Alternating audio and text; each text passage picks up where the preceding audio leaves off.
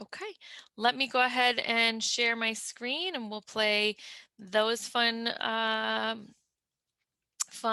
tech games here momentarily. Let me adjust all the windows. Nope, cancel this. Here we go. Okay, are you able to see now something that says Immigration 101? Yes. Delightful. And I can see little pictures of you. So this is exciting. Okay, so I want to start just like a quick reminder for those of you that weren't able to join us last week or that were.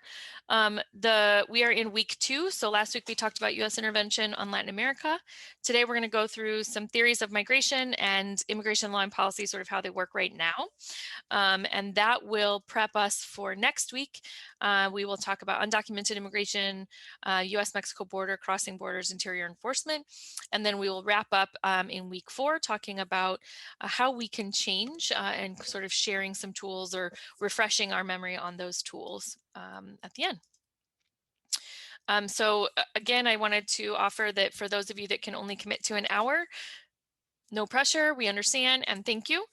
So I'll make sure that we stop at about 3 o'clock and kindly say, those who need to leave can leave and no one will be hurt feelings about that. And those who are able to stay, we will continue discussion for maybe 15 to 30 minutes after that. So whatever we need after that.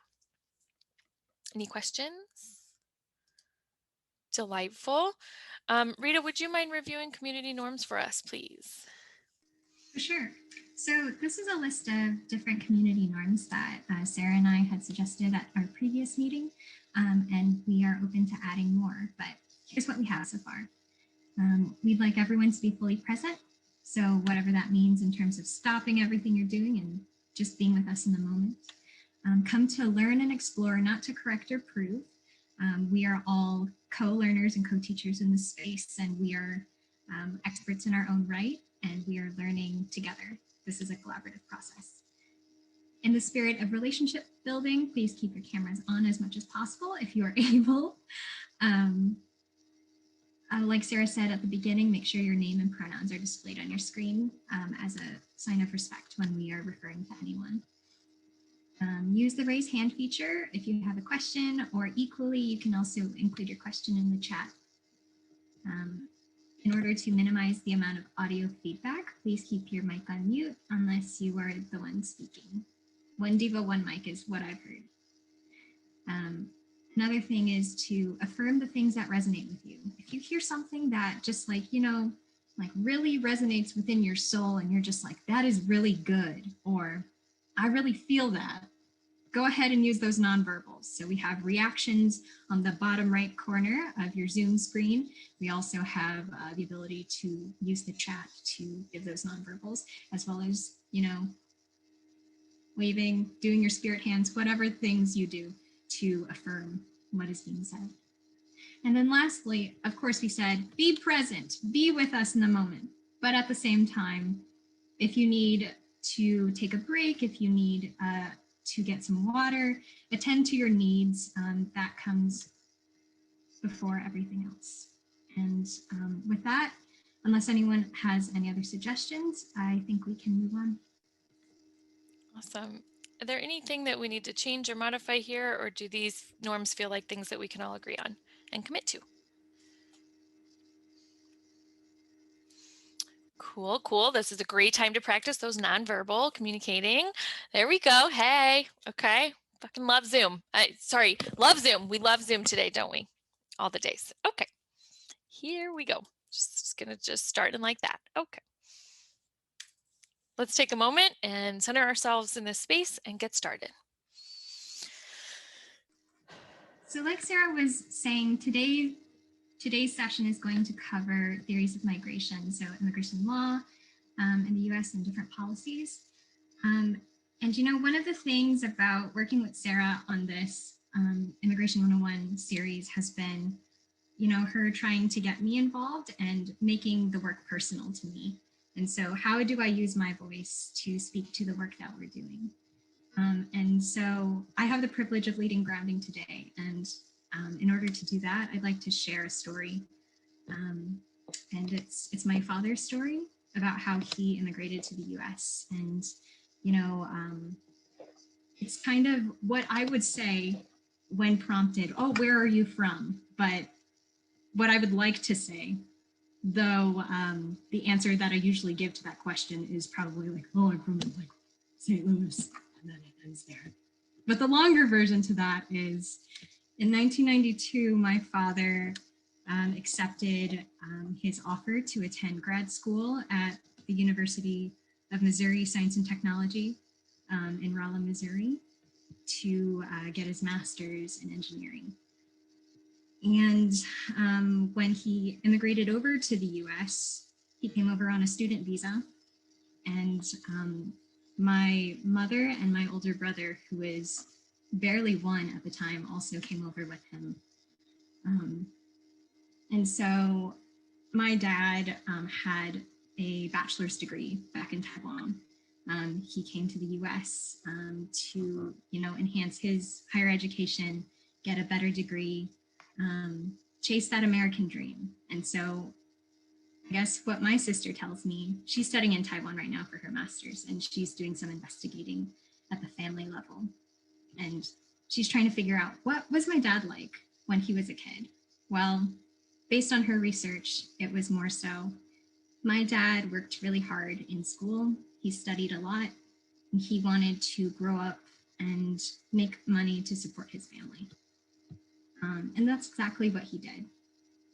But when I think about that, I think about what sorts of factors motivated my father to arrive to the US, what sorts of factors allowed him to move to the US, and how my story, even though it is uniquely mine, is much different than, other people's stories of immigration. And so I just wanted to, I guess, like hold space for that and also share a funny picture.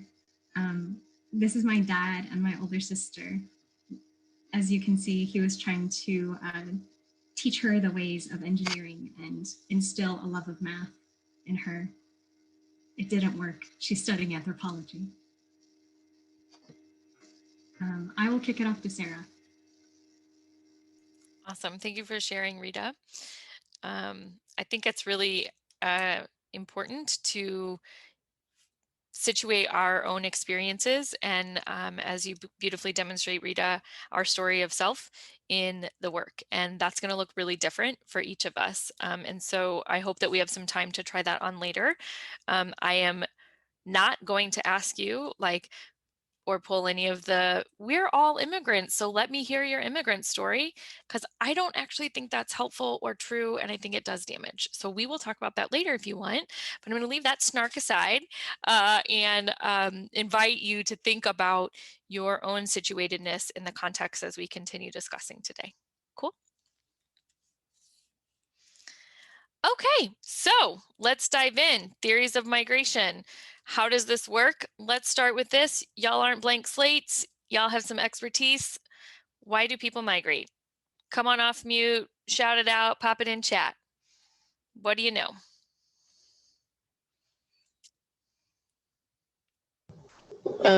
Opportunities, like Rita just said, education-wise, or even jobs or other things like that. Great. I would say, escaping some of the things that may be going on in their countries, like violence and war. Great. I'm sorry, not, that is a great answer, not yay for violence and war, to be clear. How many of you are in St. Louis right now? Okay, how many of you were born and raised in St. Louis? Okay, if your hand is not up, put it down, and if it wasn't up, put it up. Why are you in St. Louis? Let me hear. The job brought me here. You already know you came to work at IFCLA. That's what brought, it's not what brought you, but eventually Yes. that's why you stayed. Are you seriously raising your hands? I'm gonna roll my eyes at you two. You know who you are. Come off mute and answer this question. I'm here for an education. I'm attending college here. Thank you. Lexi, is that what I heard you say? Yeah, I came for school as well. Awesome. That is also a reason why people migrate. Thanks, Amelie. Education and work. So I think one of the things that I sometimes, one of the things I'm trying to do in this class or in this part of the series is bring some of the stuff that I think I found helpful in studying immigration from like an academic bubble into places that we don't usually or don't often encounter the same kind of language. And I think there are some things that are helpful for us to understand and like bridge that gap. Now, I have spent too long in being pissed off in classes with professors teaching theories of migration who actually, in my opinion, didn't have any experience working with an immigrant community or with the issues. That being said, I think there are ways that we can think about and understand patterns of migration, the why, right? Why people migrate, that have an opportunity to shape how we think about immigration right now. And I think this plays into a lot of what we've heard, certainly in the last, 4 or 5 years, but really, quite frankly, in the last 10, 20, 60 years, right? There's this like narrative that gets, pushed and pulled in a lot of different ways. About why people make the choices that they make and who is involved in making the choices. So I want to kind of throw some of these out, not as sort of any golden etched in stone, this is exactly the salsa that you need to know about immigration. No, this is just another tool that you can decide this is helpful, or you can be like, this was a waste of my 10 minutes. So here are some things that I think are helpful because I don't actually think it's a total waste. When we first started thinking about why people move globally, right? This looks either locally, nationally, domestically, or also globally. The first kind of models were about straight up economic models. This is where some of the push-pull factor language comes from, many of the things that you talked about, but specifically this looks at like wages, profits, living expenses, right? What are the economic differences between two places, two cities, or two places where you live, using city loosely? What pushes you from one place and what pulls you from pulls you to the other, right? When we started when we started sort of complicating that, people were like, okay, yeah, but it's also a cost benefit analysis. We're the economists in the house. How many of you study economics and yeah, not me.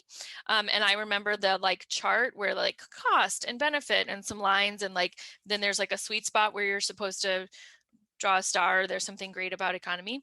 And so those, I think, are this like adds to that, right? These are sort of like nesting tables or one of those dolls that sit inside of each other.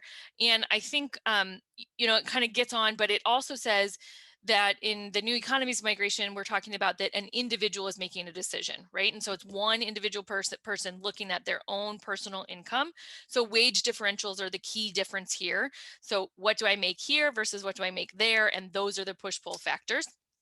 These things sort of complicate and you add more things, right? Then we think, oh, immigrants don't necessarily, people on the move don't necessarily make decisions as an individual. Sometimes they're made at a family level or a household level of decision making, right?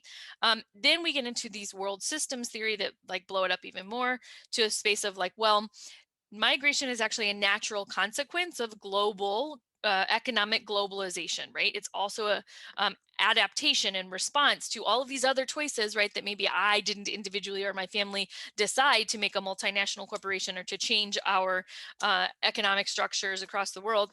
But now I'm going to adapt and respond to how those changes were made. Some of those things, I think last week, remember when we talked about both Guatemala and Honduras, about how other folks came in, folks from the US bought out land. And so now my family's career I can't do that anymore, not because my family's choosing not to do that career anymore, but because somebody else took away the ability for me to do that, right? And so now I have to adapt and respond to that. in my research, for those of you that have talked to me, I have a master's degree from the University of Arizona where I studied the U.S.-Mexico border, and I did my field research and stuff in southern Mexico. And so Jeffrey Cohen is a sociologist who coined or was one of the people that have coined this idea of like culture of migration theory, which has really been pretty true in my personal experience. I think so again, these are like nesting, right? We're putting all of these things together. We have these push and pull factors, but we also add into these things about tradition, right? And we talk about how if my generation did this, the one before it did it, and did the one before that do that, right? And so what is the tradition of migrating, which could be domestic, right? We're not necessarily talking about international. And it also looks at geography, right? So where and how we migrate depends on where and how we live, right? And so you see that a lot in Mexico in the early 90s with things, we talked briefly about NAFTA last week, but looking at southern Mexico, migrating northward so that they can work in jobs in the northern part of Mexico as that sector began to develop, right? So geography having a play there. I think the other piece here is about this sort of pervasiveness and commonplaceness that certainly in southern Mexico, where I did my work, was really, really the case, right? And so looking at how entire communities back, with roots maybe in the Bracero program, had this circular pattern of migration where, oh, we didn't talk about Bracero yet. That's today, where you start and you have something that started decades ago and generations ago, and then just sort of continues, right? I think the other piece of culture of migration is that it's a symptom of a much larger problem, and I don't 100% like to paint migration as a problem.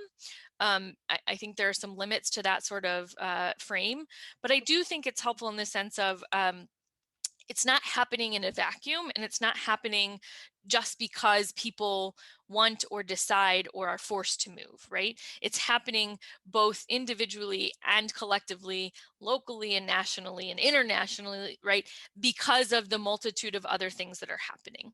I think one of the simplest / most complex ways that we can see that is I think about changes to the globe based on consumption of resources, right? We call it global warming.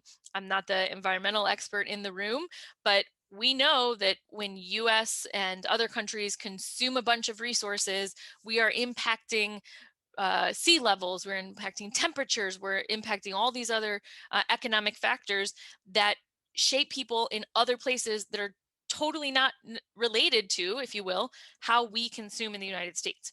And so I think those are some pieces where it is symptomatic, right, of these changes at a much bigger level. I want to go through a little bit of how immigration law developed in the United States. I think it's relatively new, right? So I think that the first piece here is that, I meant to preface that there is an article that I will link today on the website that has a chart that these sort of sections are drawn from. There's nothing really particularly magical about the way Daniel Titchener came up with these sections, but it's kind of helpful in terms of grouping policies about what was the motivating factors or values behind how the policies were created, right? So in the very beginning, I would say you started to see laws that were just about excluding certain people from the United States, right?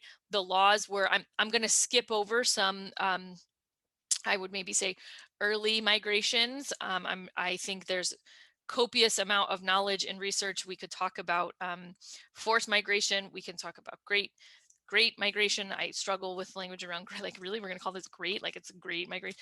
I know that's not the point, but I think that there are, I'm starting this conversation a little bit after that and looking at a sort of more contemporary analysis of the laws of how immigration worked in the United States. So I don't mean to erase any of that. I'm not the expert on it. And if we want to go into some of that and how that paved the foundation for how it continued in the 1800s and beyond. I think the early stages, right? Some of the first laws I remember reading about were like, if you're a prostitute or a dunce, right, you are not allowed to come to the United States, right? And so right from the beginning, we started this pattern of crafting US identity or an American identity based on what is not American, right? And I think we need to, there's ample space here for us to challenge what really is American, but what is a sort of like imagined American identity and who is crafting it, right? This is going to follow suit to any time we study US law, right? We know who was at the table for a long effing time in this country making those decisions, and we know what voices and identities they were protecting and which ones were exclusively left out, right? So I think when we move into the progressive era, the 1920s, we were going through nationally that sort of purification, right? It was that moral moment, right, in the United States of prohibition and all of these. We had gotten so bad, right? And so we had a bunch of laws to make us less bad and more pure. And you would see those same things in immigration law. I want to fast forward to 1940s, right? In World War II. What was happening was that all of our big, strong men were over fighting the war, and us poor little women had nothing to do, you know, and how could we possibly survive? So part of the solution that we came up with was the Bracero Program. This was a program that brought temporary guest workers, or was intended to bring temporary labor from a handful of countries to the United States for a short period of time. And what the Bracero program ended up doing was creating patterns of circular migration. So you had folks that came for a certain period of time every year. Think about agricultural jobs, right? Came, worked, then went back, right? And so you had all of these patterns develop. Part of the problem with this like short-term migration pattern is that the Bracero program didn't end until 20 years later. And 20 years later, we decided we were done with that kind of labor, and we needed to shut it down. So I want to complicate that a little bit more, because 1965 demonstrates or represents a really significant shift in immigration law. Part of what we saw before that, and what started in fact in the 20s, was a series of quotas that were, you know, based on race, based on country, but based on race, right?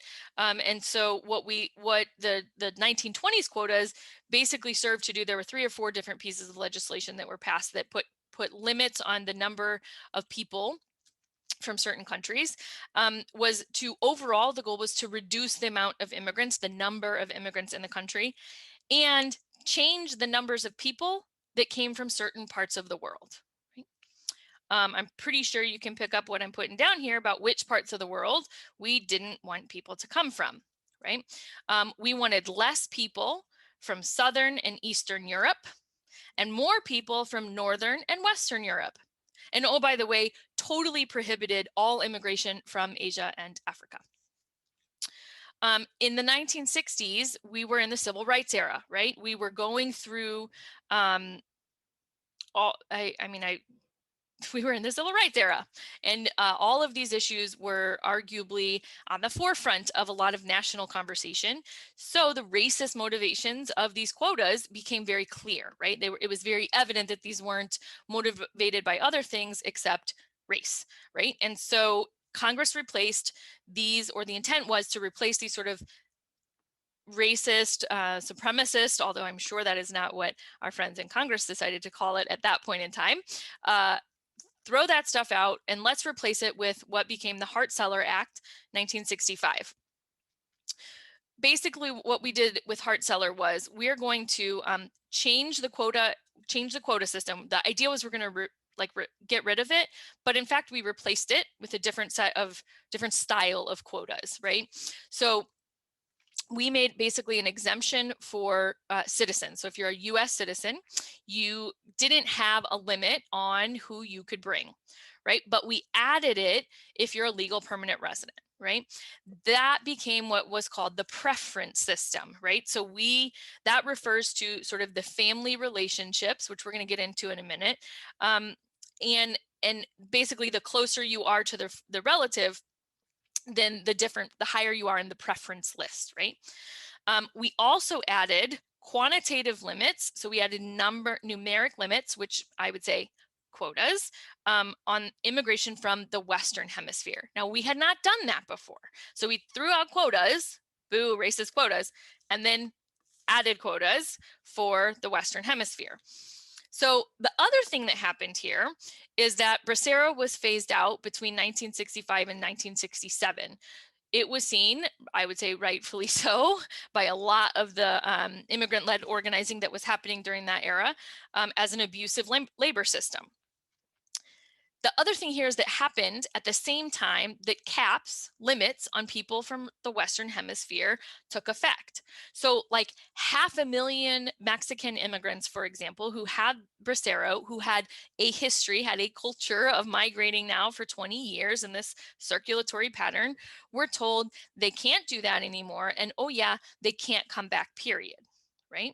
And so circular flows then ended, but those networks had already been in place, not just the social networks and the culture networks, but the economic ones. This is also a matter of employers, right? Employers that were dependent on the laborers, not to mention consumers that were dependent on the fruits of those laborers, right? Are you with me? This is a lot of information. I'm going kind of fast, but we'll break it down. I think the other thing here is that what happened, or the impact, and there's an article that I'll share by Doug Massey and Karen Pren that sort of goes into this in a really statistic-y kind of way. So if that's your salsa, then this will be a great article for you. I think is that we thought that that would that eliminating that would reduce the number of people that were here. What it did was force it to go underground or in the shadows. You've heard that language before, right? So actually the circulatory migration pattern in some ways continued, but illegally. And a lot of it stopped because if people realized if they left, they wouldn't be able to come back in, they stayed. And then a secondary impact of that was now I can't go back and see family, friends, relatives, have all those things.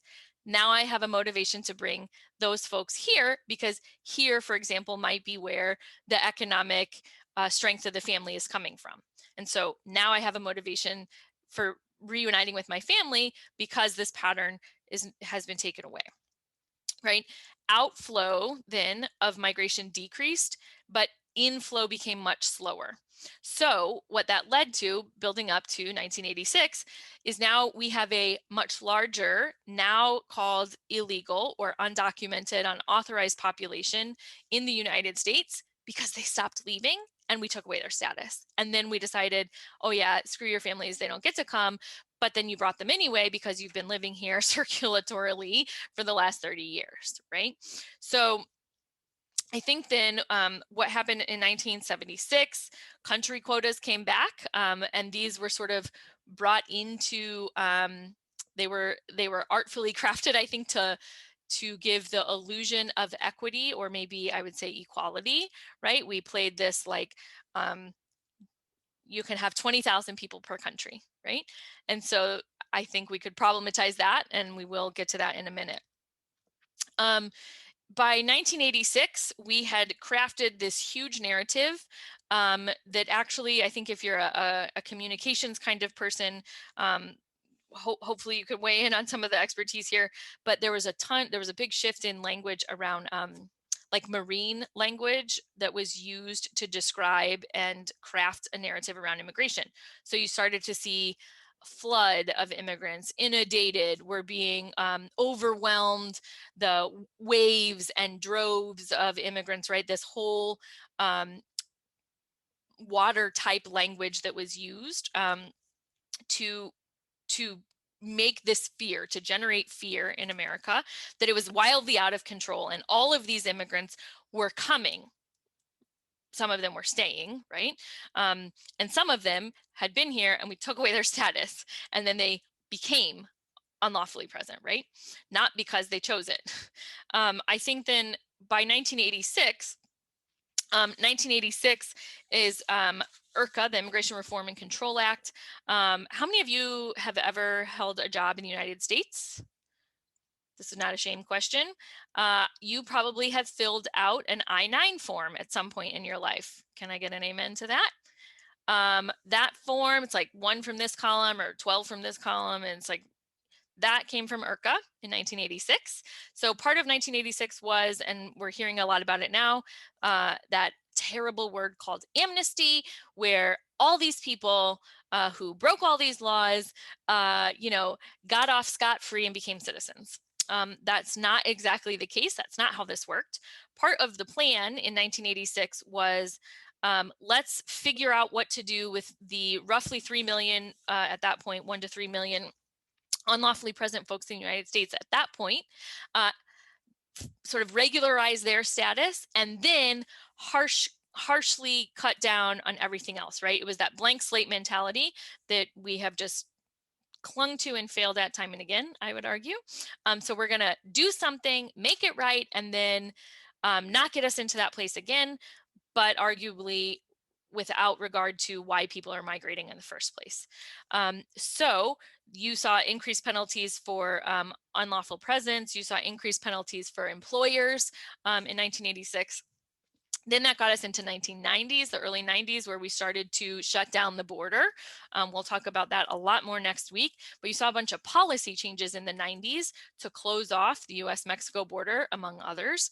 And then we didn't have another big reform until 1996. There were actually 3 reforms in 1996 that further criminalized, thank you, Rita, further criminalized, I have a really hard time doing this on time, so thank you for bearing with me. Further criminalized immigrants and especially made it harder for asylum seekers. So it really narrowed what counted, if you will, for seeking asylum in the United States. Unauthorized, in 1996, you started to see things that significantly diminished, I would say, due process in terms of immigration.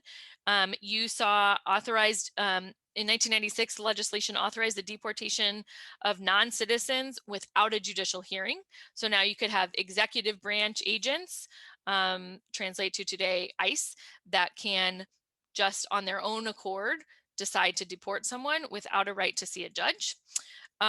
You saw increased costs for sponsors on family-based visas. So wait times that we're going to discuss next, that skyrocketed post-96 legislation.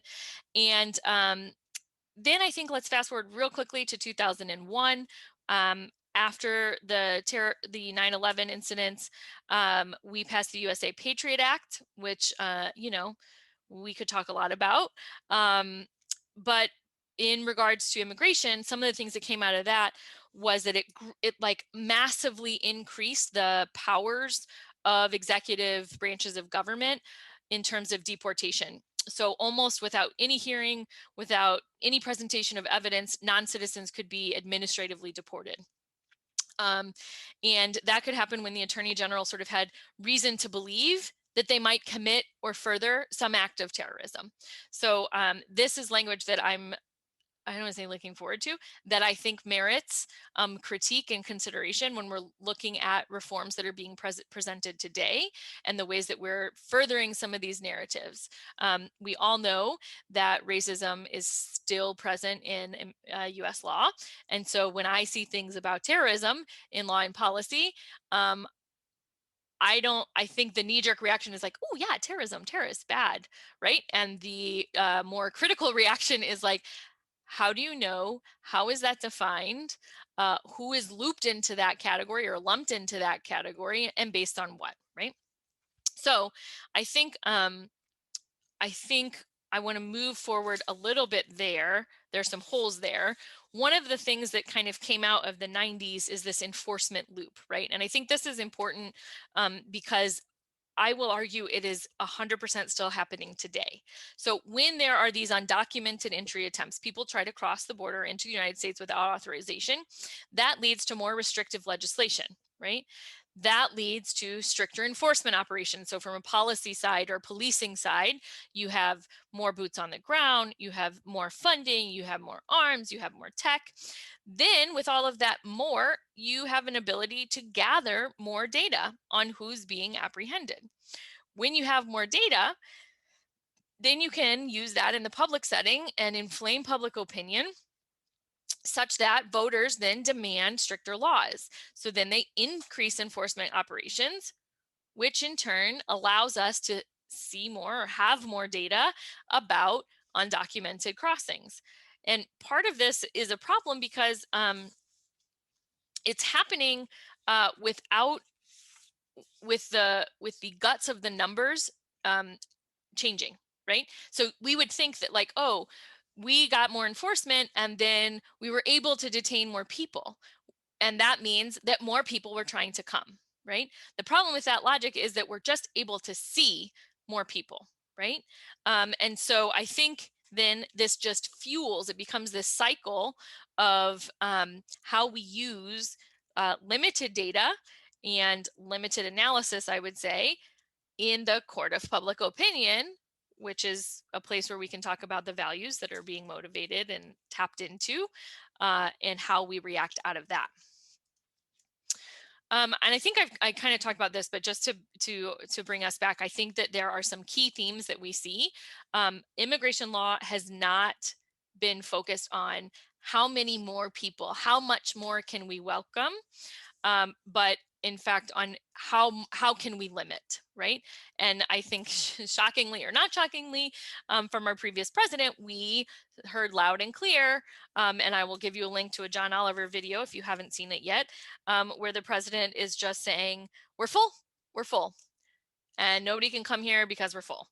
And that sort of narrative about immigration is not unique to Trump and long predated him.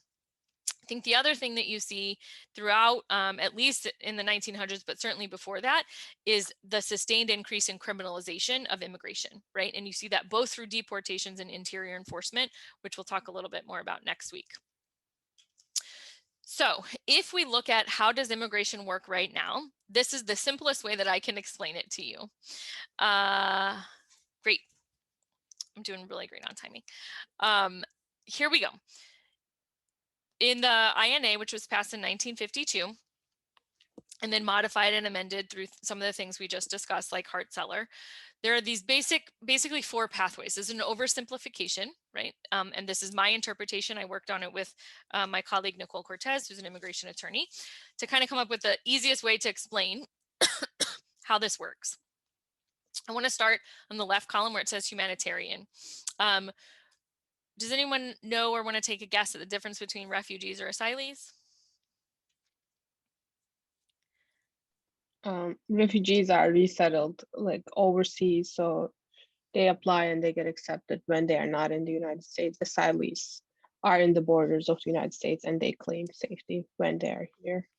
Thank you. I think it is a common misconception that there are different motivations for these two things, right? That refugees come because of something terrible, war, violence, and asylum seekers come because they want to run away from something or escape something of their own choosing. And I think there's sometimes a judgment that comes whether or not you are a refugee or asylee. Maybe in discussion, we can get into this a little bit more because I have a lot of critiques of both of those systems, but I will leave it at that. So there are numbers and limits, and we all, I think, all know that those numbers were significantly undercut in the previous administration, and there are efforts now to expand those numbers today. The middle two columns, family-based and employment-based immigration, with a little sidebar that there's also a thing called diversity lottery that we can go into, but I think here the main factor between these two is that you have to have a pre-existing relationship. Both in family-based and employment-based immigration, you have to already know someone in the United States. So I think for a lot of people, that isn't very well understood when it comes to employment-based immigration. If I was a Mexican national, for example, and I wanted to come to the United States to work, I can't just apply. There's not a way for me just to be like, I would like to do this. Please, can I have permission to do it? That doesn't exist. Employers in the United States have to have the visas. They have to prove that there isn't a US worker a US citizen who can do that job. And then they are the like owners, if you will, of the visa, and figure out who they can then hire based on that. So a little different perspective there. Family unification is arguably the hardest thing to explain because there are multiple layers of it here. But let me break it down for you in a couple pieces. only citizens and legal permanent residents can apply for someone to come to the United States. If you're a citizen, you can apply for your spouse, your parents, your children, or your siblings. Okay. If you're a legal permanent resident, you can apply for your spouse and your children. Then there's this whole thing of preference categories and wait time. So I want to explain that to you next. But the last column here is I will suggest to you, and we'll get more into it next week, that undocumented or unauthorized immigration is in fact a pathway that we have created and continue to maintain in the United States. I think it is absolutely a lie that we have been unable to control it, or that it's something that we don't want and that we want to get rid of, because I think, quite frankly, we continue to fund and protect policies that maintain unauthorized immigration as a staple of US law. So I look forward to exploring that more with you next week. Let's dive into family-based immigration very quickly. We'll do this in about 3 minutes, I hope. This is called the Visa Bulletin. Has anyone ever seen this online? Lovely. This is the wait list. So think with me about this. If you are applying, if a U.S. citizen or legal permanent resident is applying for one of the eligible family members to come, they're going to fill out their application. They're going to set it on the desk, right? And everyone else sets applications on top of it as they apply. Well, the person who's going to review the application pulls from the bottom of the pile and reviews it, right? So what this is it tells you what are the dates of that pile that this is a metaphor. Please, we all know this, right? There's not actually a desk with applications on it. Okay. But it will tell you the dates of the like chunk of applications that are going to be processed that month, right? So when you look at this Visa Bulletin, it gets published every month. This is March 2021, right now, our Visa Bulletin. This says that if you were, for example, an unmarried child of a legal permanent resident from Mexico, and you filed your application on or about July 15th of 1999, your application will get pulled off of the stack in March of this year. Okay. There are a few things here that I would love to talk about, like why are these 4 countries pulled out? What do those 4 countries have in common?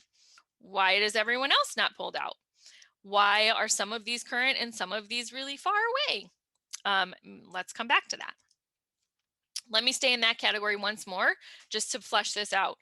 If you are in an F2B category, that's, again, an unmarried child of a legal permanent resident, and you are older than 21 years old, then there's an annual limit set of 26,000, more or less, visas in that category that can be used the whole year. There's also, go back to quotas, there's a per country limit of 7% of that number. So no country can have more than 7% of that 26,000. So that boils down to about 1,800 visas in this category per year for Mexico. So here's the problem. If there are more than 1,800 visas in a given year in that category, then they're just going to stay in that pile until the next year, right? So you can only approve 1,800 visas in that category per year. The rest of them wait. And so, as you can imagine, the number of waiting for the year is dynamic, right? It doesn't stay the same. So how do you know how long it's going to take? If you put that total number of applications pending, divide it by the annual limit, which is like 1,800, that means roughly 78 years of a wait time for someone who's applying in that category for Mexico today, right? Again, these are numbers that are calculated by immigration attorneys and all kinds of folks, because it's constantly changing, right? The numbers of people that apply are changing. The numbers that are approved are maybe a little bit more static because we don't change the law that often in terms of what percent or total numbers of visas per year. So I'm going to pause there and want to do maybe 2 minutes for questions before we move into discussion. That was a lot of information, but I want to make sure that we at least are like mostly on board, that you were able to understand the words that I tried to say.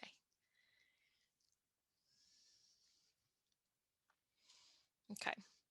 So I'd like us to go into groups for a little bit, because I think what one of the things that I am struck with is that there are these patterns of exclusion and inclusion that immigration policy continues to craft about what does it mean to be American or to be from the United States, right? A US American, a US citizen. What is that identity?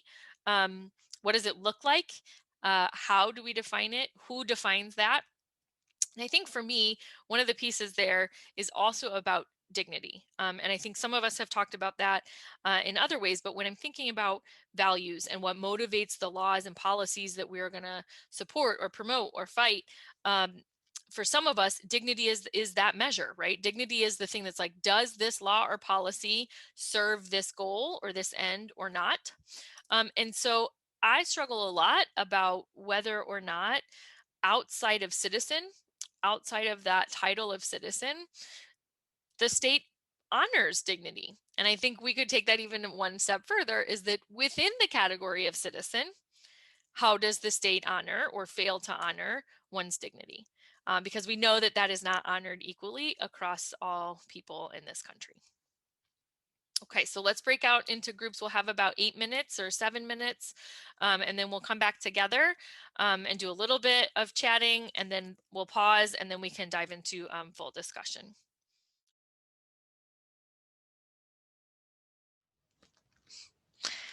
Hi, everybody. Woohoo, we made it back. Okay, so let me hear, how'd it go? Did you have a second to chat about anything, or was it too short?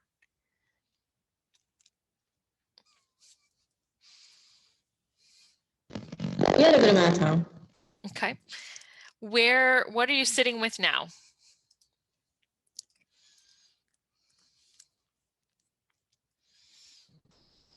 I think my group is interested in hearing your opinion. My opinion?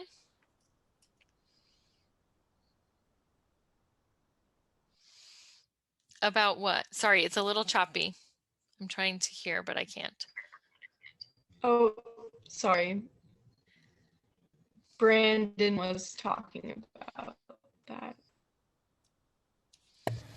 Yeah, I ended. I was actually just cut off at the end, and I was wondering, you really like gave us like a teaser like maybe 15 minutes ago or so, and it was other people are probably wondering if you could expand at some point on the idea of how U.S. policy is actually ensuring that there are pathways that are unauthorized to continue.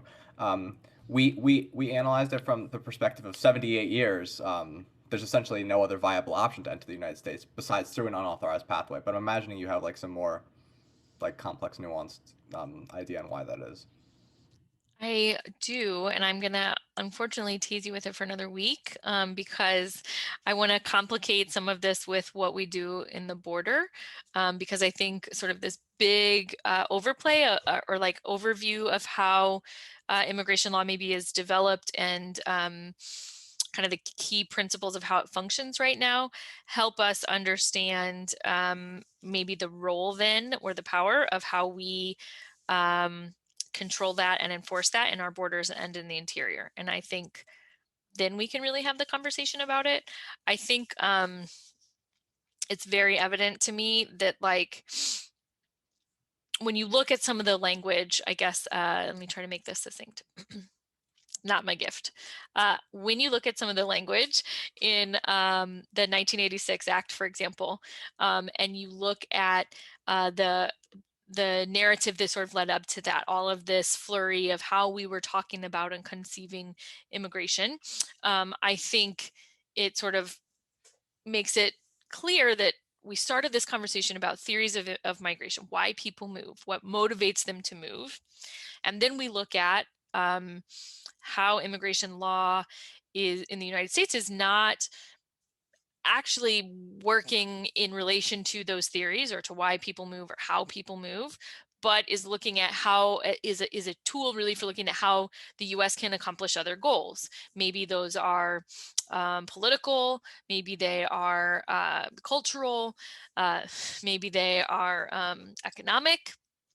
And so when I think about some of those other motivations, and I think specifically when I'm looking at sort of economies and even I would say the maintenance of white supremacy, we benefit from having an undocumented scapegoat population, right? If we have someone that's disposable, but that is serving a purpose in terms of an economic, harsh economic sort of reality, then we get the cake and eat it too in like a really effed up way, right?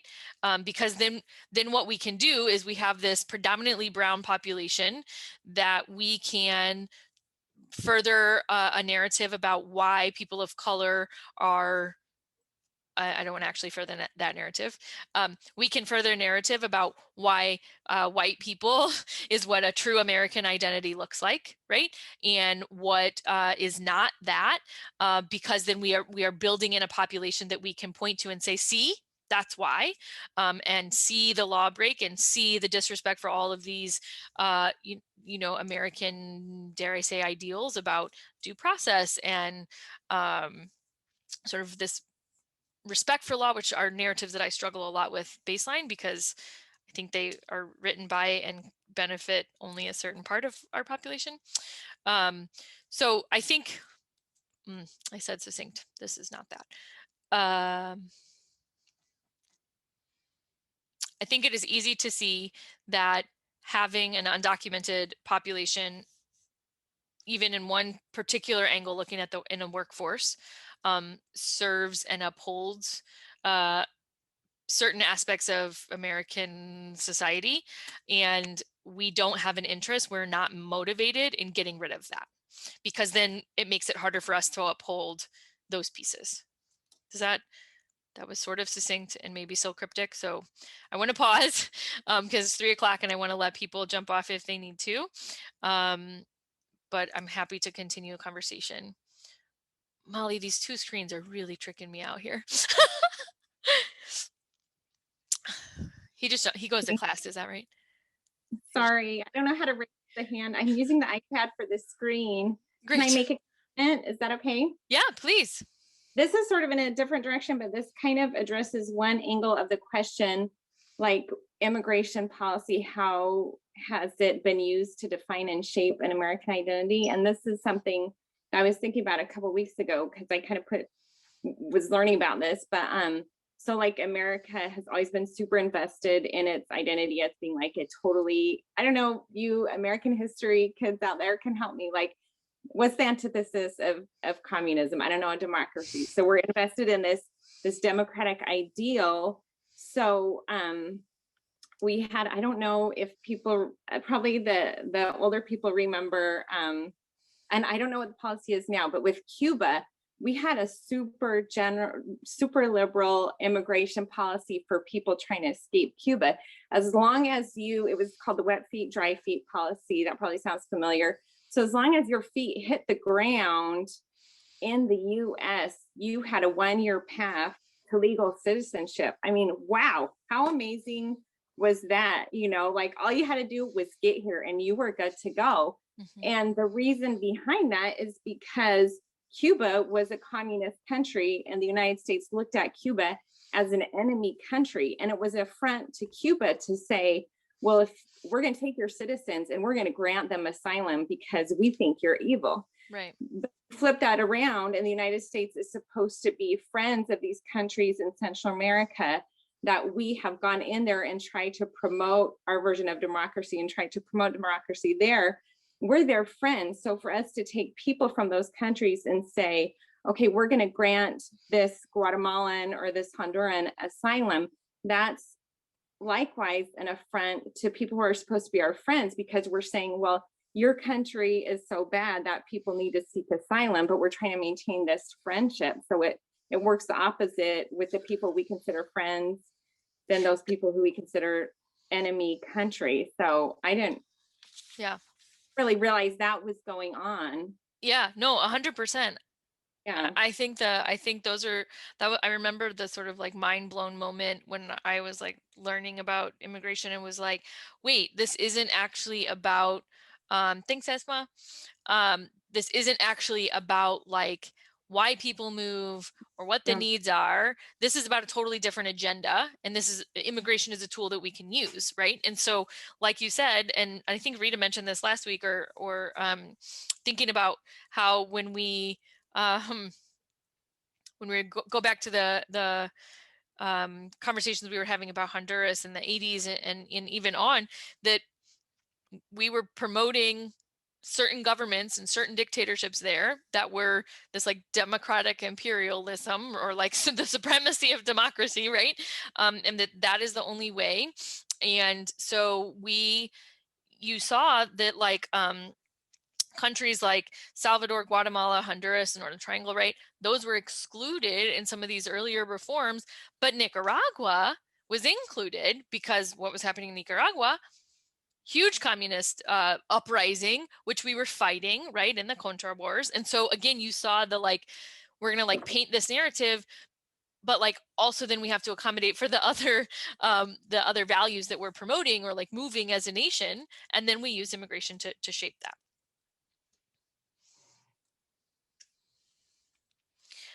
Other questions?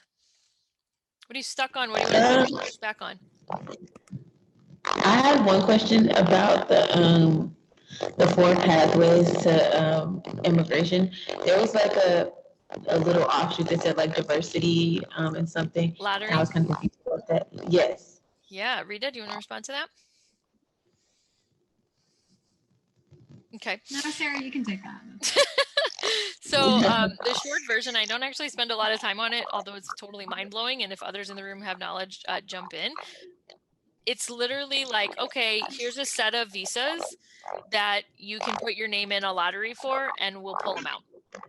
So like maybe you're one of those people that like doesn't qualify, like you don't have a way to apply for an employment visa, you don't have a way to apply for a family-based visa, you maybe aren't from a refugee or asylum, like maybe you don't have those things. You can put your hat in this lottery bucket. Correct me if I'm wrong, I think it's like 18,000 visas a year. And like it's just a lottery. Like you just pull names and you get a visa. But it sounds like much better than it is, but I can look up the numbers actually for next week because it is, a gross amount of people that put their number in the basket, if you will, to the number of people that come out of it. Does anyone know that? Does anyone have that expertise off the top of their head? Okay, I will look it up. Great question.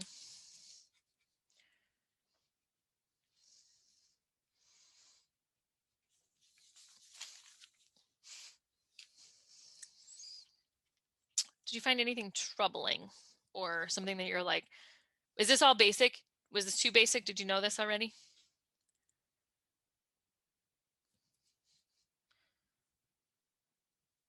Okay. I know that Deacon David and Amelie and Ashley had a lovely conversation about language. I'm wondering if anyone wanted to share what y'all were talking about.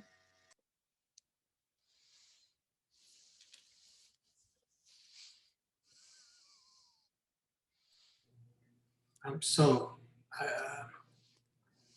think I'm trying to remember the exact conversation, but we concluded that the language of the immigration policy that we have now is clearly racist and designed to continue to lead to a racist result. Maybe Ashley or Amelia might expand on what we were talking about. I kind of just want to plug, I mentioned Brene Brown has a podcast, and after the attack on the Capitol, she did an episode on dehumanization and how it always starts with language. And so I thought it was interesting to consider. We kind of talked about different angles, language coming from politicians, especially Trump. We heard a lot of rhetoric from him, the media, even liberal media. And then Rita brought up, the language of our actual laws is dehumanizing itself too. I'm glad you brought that up because it's something that I dream about having more time to research and like come up with like the right angles and words about. But like, it's also not surprising, right? This is a variation on like the same theme in US law, like that we see elsewhere. I mean, we can talk about like the right to vote and, Black men having 3/5, right? And like, I am 3/5 of a person, right? That was the law. And so like, I think about the ways that we like just maintain that and convince some of us, I would say, convince ourselves that we grew out of that and that those eras are gone, right? And so I think I look a lot when I'm in sort of spaces like trying to figure out where maybe that isn't very obvious for people, that this is the same tool, right? Is used to enable treatment of someone as not a full person. And I certainly don't pretend that immigration is the only way we're doing that in US law, right? I think it is one of the ways that we are intentionally, even in this whole aspect, although not exclusively, about undocumented, right? And the treatment of a foreign national as an alien, baseline, documented or not, takes away the ability or the accountability, responsibility to honor that person is a human being. And so like that was intentionally developed and created, right? That wasn't, I feel like I feel like I'm always shocked when I am in spaces that don't realize that like it doesn't have to be like that. And that actually there were like dudes in a room that created it to be like that. And continue to maintain and enable it to be like that. And I think like it's also not a conversation about like semantics, right? I feel like I'm in spaces where like, oh, that's just semantics, right? It's not semantics because it enables treatment of people in different ways. And it's not just whether or not you say potato or potato, if you're totally changing how you can treat another person, right? That's semantics. This is human treatment. Or not, as the case may be.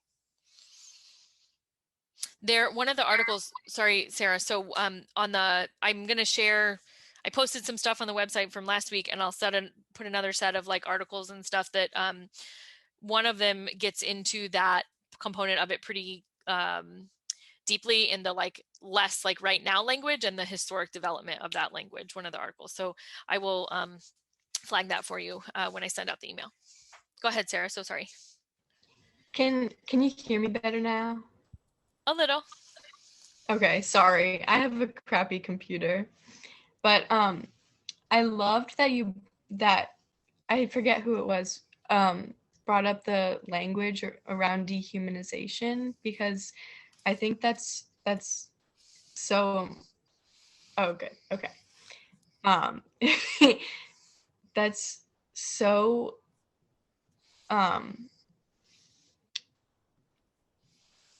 powerful. Like language is so powerful. It's like the first step in communicating, and the way we choose to use language around immigrants historically has been derogatory and dehumanizing, because they're not one of us, so there's just no connection to our common humanity. And I think that's like a really key thing that people who like to talk about immigration are missing out on, is our common humanity. And I think I'm really excited to go look at that podcast, because I know I've heard Brene Brown's name before, and I think she's really amazing. But yeah, just like that's something key that we like to not think about, is, oh, we're all human, no matter where you're from, no matter what language you speak, you deserve to be treated like it. I think that's one of, so again, like I think that is part of like what our work is, because I don't think you actually see that represented in US law. I think we have like an imagination of that history of our US identity and like how we were formed, that for much in our country, and specifically Black communities in our country, has never been included in that piece of common humanity. And that even with citizenship, right, or even with, right, if you want to add the like qualifiers, there's so much I think that I didn't study when I was in college that I'm looking for now to like problematize the like ways that we even say those things. That's like, yeah, I might believe that we are part of a common humanity, but I do not believe that that is actually a value in US law. I think it's a myth that we think is in US law, right? And that the founders created, and then the founders did this and the other, slash colonizers did this and that and the other, right? Like, but we have to like get a little more clear about, not that we are or aren't, but whether or not that that's what the goal of our laws were. And I think that's one of the pieces that I'm trying to like get us to is like, man, we have to get serious. We got to like come to terms with what we're actually promoting, what the values are that are actually motivating our actions and our laws domestically and internationally, like we talked about last week. And then we have to figure out like, is that what I want to be represented of in my community? Like, and because that's our, in a lot of ways, like that's our action point is, if this is not the community that you want to be a part of, what's your vision for it and how do we get there, right? Because right now, someone else is writing that narrative for us, and someone else is telling us what an American identity looks like. So that is a ranty moment, but I think language is important. I had a question about kind of going off the dignity question, and just like how, of course, that example about like 75 years, however many years it was, kind of just completely, disregards human dignity. And I would assume in some cases clearly discourages even applying at all. What are ways that, like, I guess, specifically maybe immigration lawyers or whoever, like, are there ways around that besides, of course, the quote unquote illegal path to immigration? Like, what are the ways that they are able to like push back against some of these, bureaucratic, quote unquote bureaucratic processes or whatever? Those are some really great questions. I'm going to see maybe in week 4 if I can have one of my attorney colleagues and kind of come in and do some just like question and brainstorming with us. I think that some of the challenges is that our ability sort of to go around that is pretty limited in terms of how it's like set up. So there are pieces in the law that have waivers. And in fact, what many of us are like scrutinizing this new Biden immigration bill, which I'm sure you've probably heard of, like we are trying to see like which are the pieces, are they getting specific enough to change some of these limitations and some of even the waiver practices, right? And like why you can't get a waiver or when you can, or and then I think asking even the more root question of like, where are these country limits coming from? What are they based on? What census data is it based on? What population data is it based on? What are the racial biases of the data that we're relying on to create, all of these numbers? And I think it's like, I don't offer that from a place of like, oh, it's totally huge and overwhelming, but actually quite simple, right? So like when you look at like, oh, here's what the numbers are, they certainly don't have to be that way. And they certainly don't have to be set up in a way that is sort of this plays into the scarcity myth of, we're full. And I think then has to look at, well, what do we want to see? What is the value that we want to see in immigration law? And then use that as the measure for exploring what the next concepts or suggestions are. I think in some ways, there are plenty of other countries that have immigration and labor rights laws that aren't related to or bound to becoming a citizen, but enable full participation in society. And so this idea, I don't want to say like a guest worker program, because I think that those have been highly problematic and abusive in the United States. And I think the like patterns of circulatory migration, like also can maybe shift the way we're thinking about immigration. Maybe people don't want to be forced to choose here or there. Maybe people need to move back and forth. I think, God, when we think about the way we have globalized, and I think, Ashley, you said this in here, capitalism a huge part of this. We have made it so easy for goods to go across borders and back and forth, and yet not people.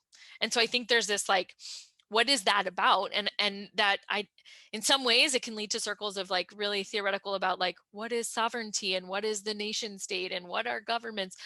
But it can also go into, which are like lovely, and can also go into a place of like, yes, and within those systems that are problematic, like as they are anyway, like how do we pursue something that is a different set of values that will, I believe, like inevitably shift how those systems work.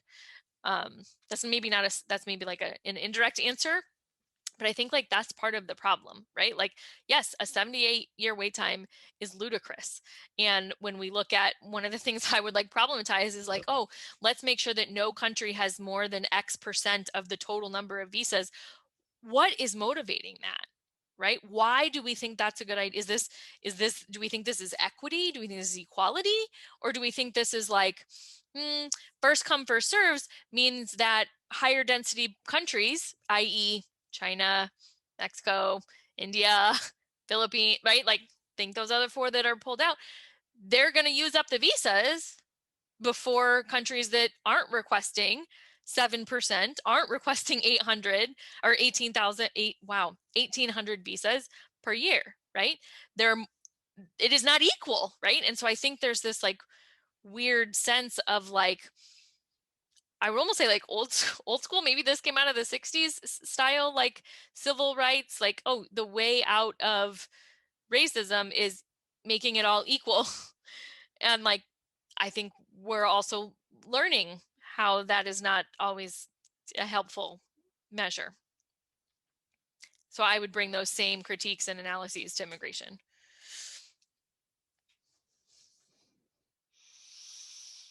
When you said like equity versus equality, it reminds me of that.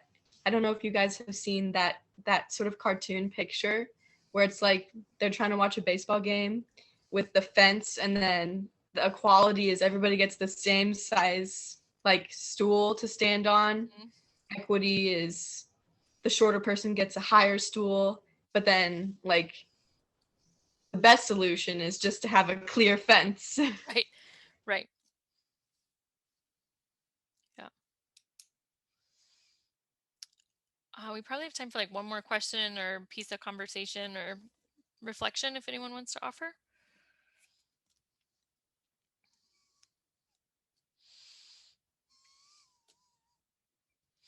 Okay, let me pop the poll out real quick. Remember, it's just 3 questions, fast feedback. It's anonymous, I'm pretty sure, or will be because I don't actually care. Weedback 2. Weedback. You heard me just say week 2 feedback. Okay, here we go. And last week it for sure didn't capture the pieces that you put in. So I'm going to see if it does it this time.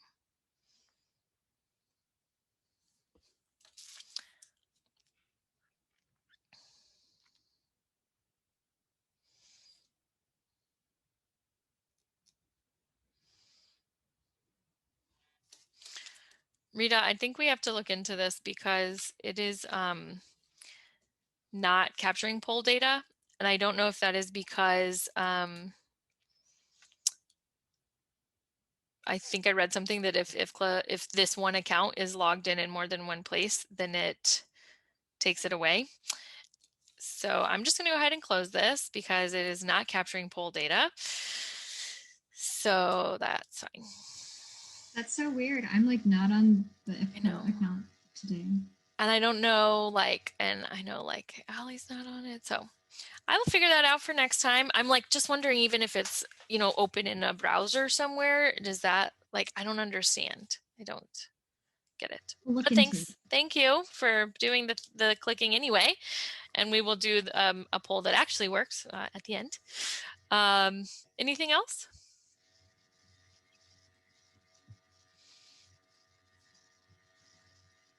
Cool. I'm sorry, really quickly. I don't really know much about the Biden immigration bill. I was trying to look it up while you were talking about it, but I guess like maybe like top three like quote unquote issues with it are like pros and cons maybe. We actually have a policy team that is working on that. I tell you what, I will send you, not my abbreviations, but I have a couple pieces from like national networks that we rely on that have sent summaries. So I'll add one of those to the email that I send out this weekend. So you can have just a breakdown. As you might imagine, some people are totally excited about it and some people are like totally against it. And I'm probably going to land somewhere in the middle about like, well, there's some good things here. So I think, you know, my 2 cents is like, at the end of the day, it took us more than 100 years to get to the mess that we're in right now. So it's going to take more than one bill to get us out of it.